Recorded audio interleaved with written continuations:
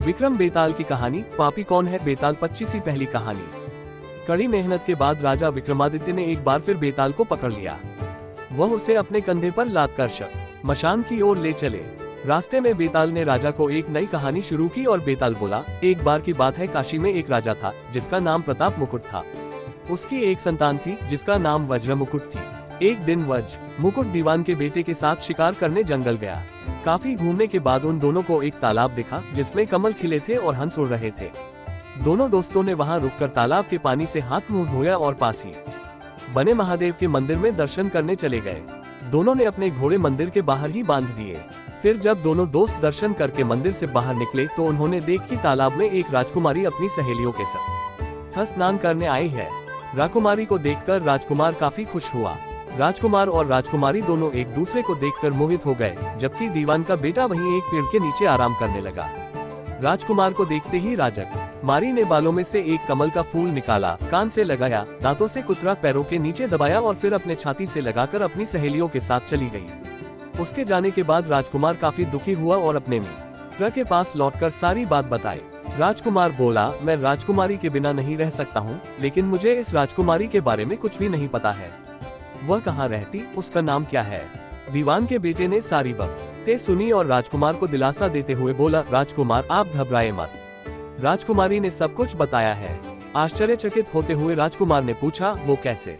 दीवान के बेटे ने राजकुमार को बताना शुरू किया कि राजकुमारी ने कमल के फूल को बालों से निकालकर कानों से लगाया, यानी राजकुमारी का कहना है कि वह कर्नाटक से है। दांत से फूल को कुतरा, मतलब उनके पिता का नाम दंतावट है। फूल को पांव से दबाने का मतलब था कि राजकुमारी का नाम पद्मावती है और फूल को सीने से लगाने का मतलब था कि अब आप उनके हृदय में बस चुके हैं। ये सब सुनते ही राजकुमार बहुत ज्यादा खुश हो गया। खुश होते हुए राजकुमार ने दीवान के बेटे से कहा कि मुझे कर्नाटक जाना है, मुझे वहाँ ले चलो। दोनों दोस्त कई दिनों तक घूमते फिरते कर्नाटक पहुँचे। जब वो दोनों राजमहल के निकट पहुँचे तो उन्हें एक चरखा चलाती बुजुर्ग महिला दिखी। महिला को देखते ही दोनों घोड़े से उतरे और उसके पास जाकर कहा, माय, हम दोनों व्यापारी हैं, हम बहुत दूर से आए हैं, हमारा सामान अभी तक आया नहीं है, कुछ दिनों में हमारा सामान भी पहुंच जाएगा, हम दोनों को बस रहने के लिए थोड़ी सी जगह चाहिए। उनकी बातें सुनकर बुजुर्ग महिला की ममता जाग उठी। उसने कहा, बेटा इसे अपना ही घर समझो, जब तक मन करे यहाँ रह सकते हो। इसके बाद दोनों उसके घर में रहने लगे। इसी बीच दीवान के बेटे ने उस महिला से पूछा, आप क्या काम करती है माई? आपके यहाँ कौन कौन रहता है? आप कैसे अपना गुजर बसर करती हैं? इन सारे सवालों का जवाब धीरे धीरे उस महिला ने देना शुरू किया। उसने कहा, मेरा एक पुत्र है जो राजा के यहाँ नौकरी करता है। मैं राजा की पुत्री पद्मावती की दासी थी, बूढ़ी हो गई हूँ इसलिए घर में ही रहती हूँ। महाराज खाने को दे देते हैं और पूरे दिन में एक बार राजकुमारी से मिलने चली जाती हूँ। इतना सुनते ही राजकुमार ने बूढ़ी औरत को कुछ धन दिए और राजकुमारी तक संदेशा पहुँचाने को कहा। राजकुमार ने उस बूढ़ी महिला को कहा, माय, कल तुम जब राजकुमारी के पास जाओ तो उनसे कहना कि जेठ सुदी पंचमी को तुम्हें नदी के पास जो राजकुमार मिला था वह तुम्हारे राज्य में आ गया है। अगले दिन वो बूढ़ी औरत राजकुमार का संदेश लेकर राजकुमारी के पास गई। उस महिला की बात सुनते ही राजकुमारी गुस्सा हो गई। उन्होंने हाथों में चंदन लगाकर उस महिला के गाल पर तमाचा मारते हुए कहा, मेरे घर से निकल जाओ। बूढ़ी औरत ने घर लौटकर राजकुमार को सारी बातें बताई। महिला की बातें सुनकर राजकुमार चौंक गया। फिर राजकुमार के मित्र ने राजकुमार को धैर्य बंधाते हुए कहा, राजकुमार आप चिंतित न हो, राजकुमारी की बातों को समझने की कोशिश करें। ध्यान दे कि राजकुमारी ने उंगलियों को सफेद चंदन में डुबोकर गाल पर मारा है। इसका मतलब अभी कुछ दिन चांदनी के हैं। उनके खत्म होने के बाद अंधेरी रात मैं मिलूंगी। कुछ दिनों बाद बूढ़ी महिला फिर राजकुमारी के पास संदेशा लेकर पहुंची। इस बार राजकुमारी ने केसरी रंग में 3 उंगलियां डुबोकर बूढ़ी महिला के मुंह पर मारते हुए कहा, भागो यहाँ से। फिर उस महिला ने आकर राजकुमार को सारी बातें बताई। राजकुमार यह सुनकर बहुत दुखी हुआ। इस पर दीवान के बेटे ने राजकुमार से कहा, इसमें दुखी होने की कोई बात नहीं है राजकुमार। राजकुमारी ने कहा है कि अभी उसकी तबीयत ठीक नहीं है, तो इसलिए 3 दिन और रुक जाओ। 3 दिन बाद वो बूढ़ी महिला फिर राजकुमारी के पास जा पहुंची। इस बार फिर से राजकुमारी ने उस महिला को फटकारा और पश्चिम की खिड़की से बाहर जाने के लिए कहा। वो महिला फिर से राजकुमार के पास गई और सारी कहानी सुनाई। तब दीवान के बेटे ने राजकुमार को समझाते हुए कहा कि मित्र राजकुमारी ने आपको उस खिड़की की तरफ बुलाया है। राजकुमार यह सुनते ही खुशी से उछल पड़ा। उसने बूढ़ी महिला के कपड़े पहनकर नारी का भेष धारण किया, इत्र लगाया और हथियार बांधकर राजकुमारी से मिलने चल पड़ा। राजकुमार महल पहुंचा और खिड़की के रास्ते राजकुमारी के कमरे में पहुंच गया।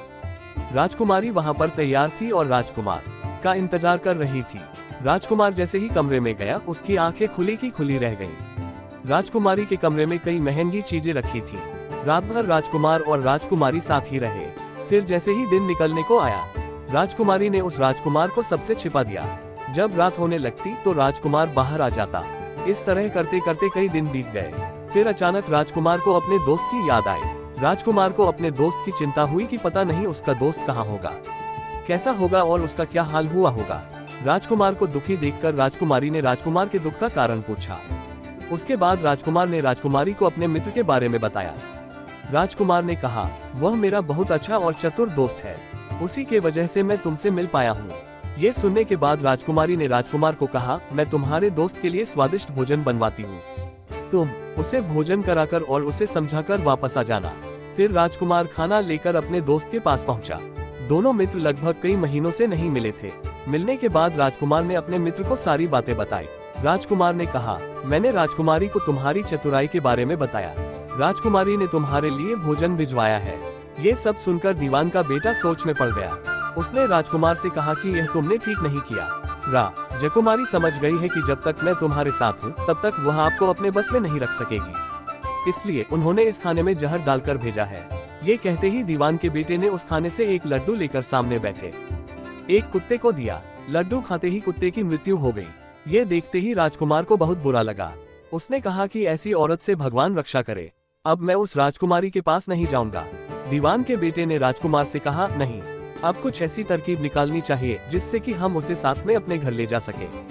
आज रात तुम वहां जाओ और जब राजकुमारी सो रही हो तब उसकी बाईं जांघ पर त्रिशूल का निशान बना देना, फिर उसके गहने लेकर आ जाना। राजकुमार ने अपने मित्र की बात सुनी और उसके कहे अनुसार ही किया। फिर दीवान के बेटे ने योगी का भेष धारण कर लिया।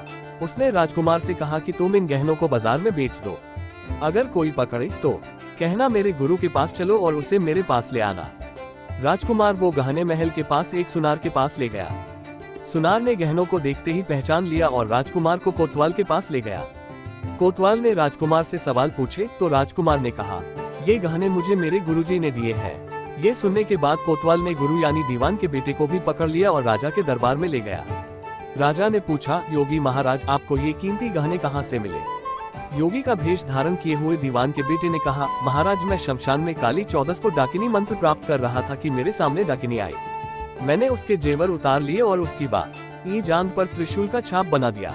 ये सुनते ही राजा महल में गया और उसने रानी को कहा कि पद्मावती की बाईं जांघ देखे कि कहीं राजकुमारी के जांघ पर त्रिशूल का छाप तो नहीं है। राजा की बात सुनते ही रानी ने देखा और सच में राजकुमारी की बाईं जांघ पर त्रिशूल का निशान था। ये जानकर राजा बहुत दुखी हुआ। फिर राजा योगी के पास गए और कहा कि योगी बताओ, धर्म शास्त्र में बुरी औरतों के लिए क्या सजा है?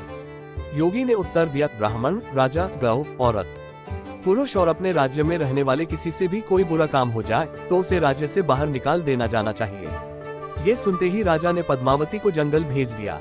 वहाँ राजकुमार और दीवान का बेटा मौके के इंतजार में बैठे थे। राजकुमारी को अकेला पाकर दोनों उसे अपने नगर ले आए और खुशी खुशी रहने लगे। कहानी खत्म हुई और हर बार की तरह एक बार फिर बेताल ने विक्रम से पूछा, तो राजन बताओ, इस कहानी में पापी कौन है?